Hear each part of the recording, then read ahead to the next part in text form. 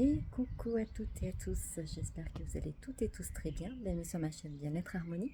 Je vous fais cette courte capsule pour me parler de l'hypersensibilité et du syndrome du sauveur. On a déjà parlé de ces deux aspects sur d'autres capsules, mais je voulais également vous parler de ce lien qui existe entre l'hypersensibilité et le syndrome du sauveur.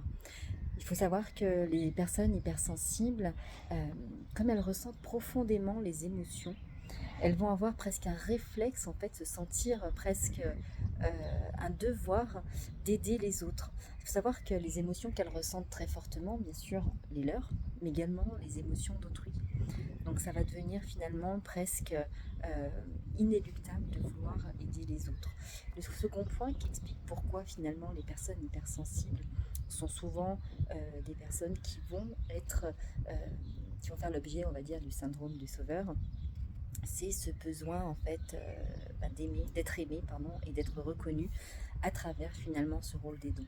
Bien souvent, les personnes hypersensibles ont enfant associé euh, leur valeur finalement à ce qu'elles faisaient.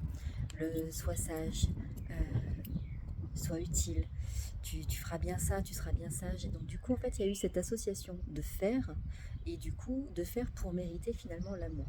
Bien sûr, c'est une association, mais du coup, aujourd'hui, c'est devenu presque une stratégie inconsciente, mais d'aider pour recevoir, in fine, de l'amour en contrepartie. Et puis enfin, troisième point, ce qui explique, entre autres, hein, il y en a d'autres bien sûr, mais qui explique pourquoi les personnes hypersensibles sont plus sujettes au syndrome du sauveur, pardon, c'est cette difficulté à poser des limites.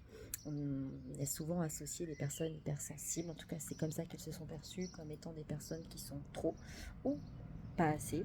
Et du coup, avec vraiment une difficulté finalement à du coup poser des limites. Et pour elle, dire non, c'est prendre le risque finalement d'être rejetée. Et ça, c'est pas possible. Donc c'est aussi une stratégie d'évitement. Voilà pourquoi effectivement l'hypersensibilité est un terreau favorable au syndrome du sauveur.